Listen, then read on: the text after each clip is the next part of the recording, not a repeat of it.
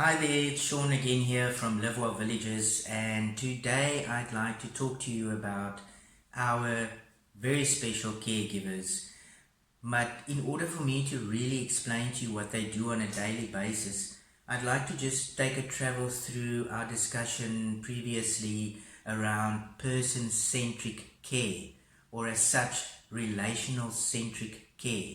Now, to do that, I actually went and did a Google search for the definition of relational. And it's pretty simple and self-explanatory and gives a lot of insight.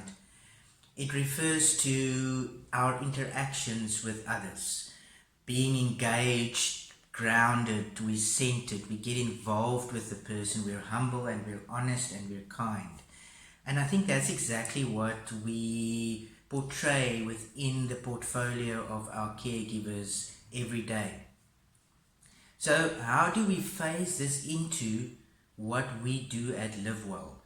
We were talking about person-centric care, and a colleague of mine who also discussed this on a video previously was that there was a bit of a confusion, or maybe not a confusion but a discrepancy between person-centric care and relational-centric care, where we still want everybody to understand that the person is still able to independently decide what it is that they would like to do on a daily basis. That is what we want to do. So the relational care is actually coming through in where our caregivers form this bond with the resident, and they are actually able to speak and say what they want if they can, and we leave most of the choices that they are possibly able to make up to them at the end of the day.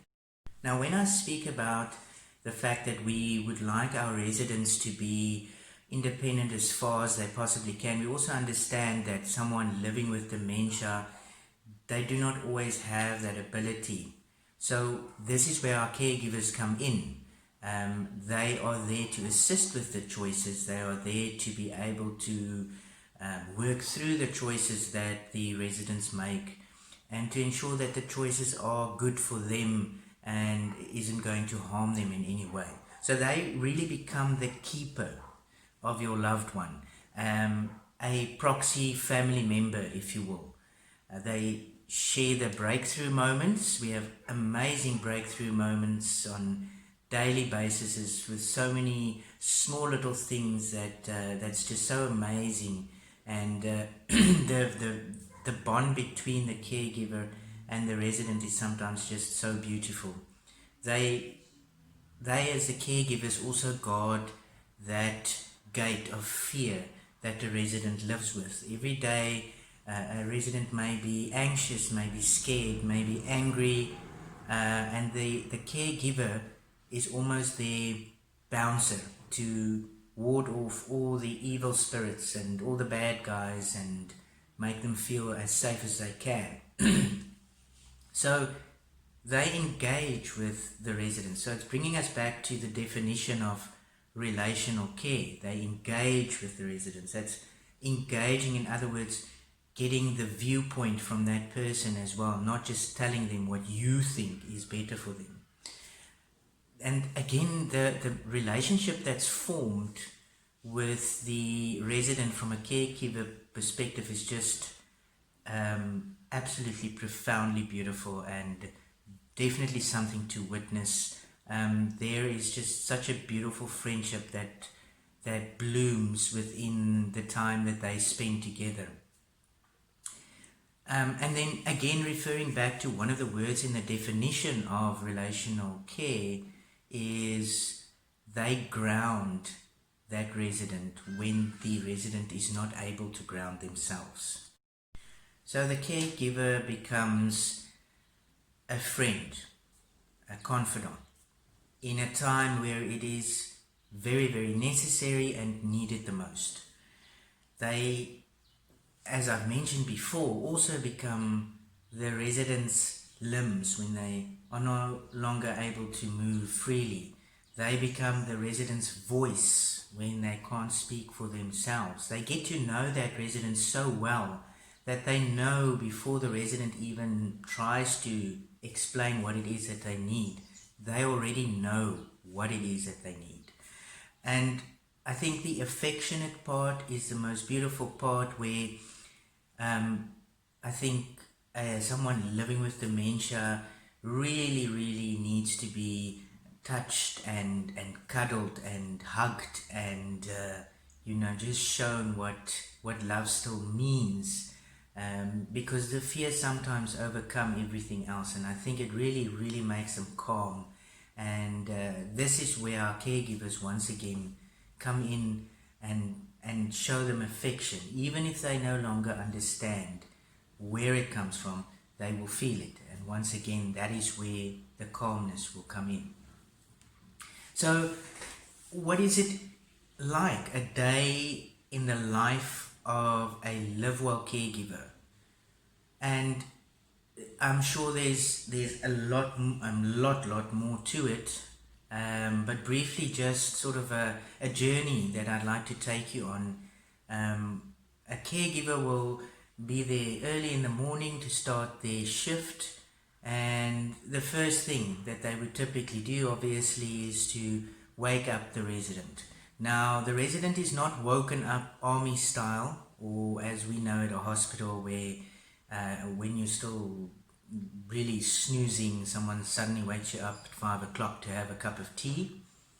We try and ensure to understand the residents' sleeping patterns, and if they still want to sleep in the mornings, if that is what they require, we understand that, and we start waking them up when we see that it's going to be something that they would like to do. So this is the first step. And then they are given a nice warm shower. I'm saying warm at this point because I'm freezing here in Cape Town, and I'm thinking of a warm shower myself. So a nice warm shower, and then it's up to dressing, and it's a little bit of a fashion show until we can find something the resident is happy to wear. Again, they make their own decisions to the point where they are able to, and the caregiver is there to just advise, assist, and would sometimes maybe also choose a different garment depending on how bold that garment was that was chosen. And then it's off to breakfast, and sitting with a few other people, just having a nice calm little social gathering whilst eating your first meal of the day. So then the day starts with a nice activity, maybe building a puzzle, or a little bit of colouring in, or sitting in the garden, and then it's followed by a nice cup of tea, and then we go down memory lane. So it's a bit of reminiscence, going through all the golden olden music and movies and all the lovely music that was so prevalent in the previous years.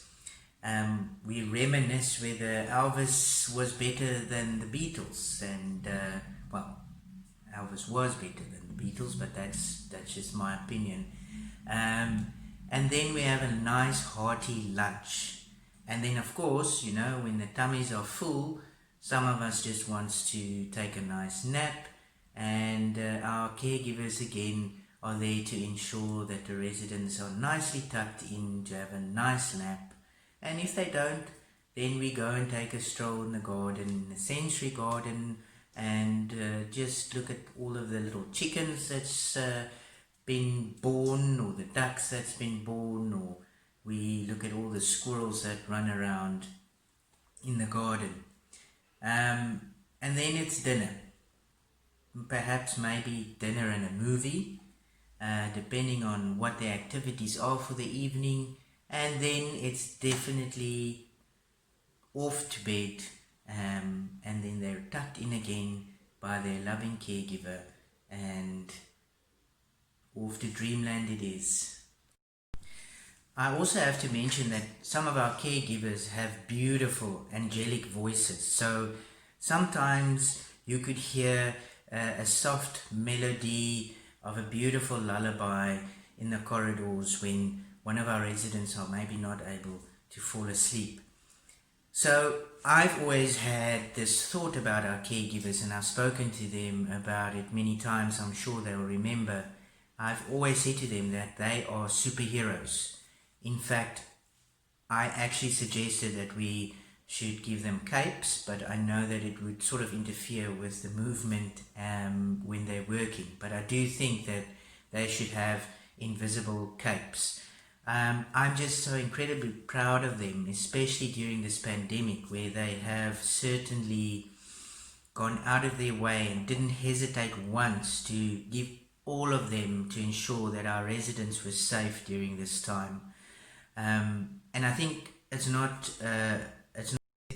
just the caregivers, it's everybody that has been part of this huge plan to ensure that against all odds we will ensure that our residents remain safe during this pandemic. And once again, the staff of Livewell have gone beyond what was required of them to make sure that exactly that happens, and that makes me very, very proud. They are extraordinary people, and it is at a time where uncertainty has really become the norm.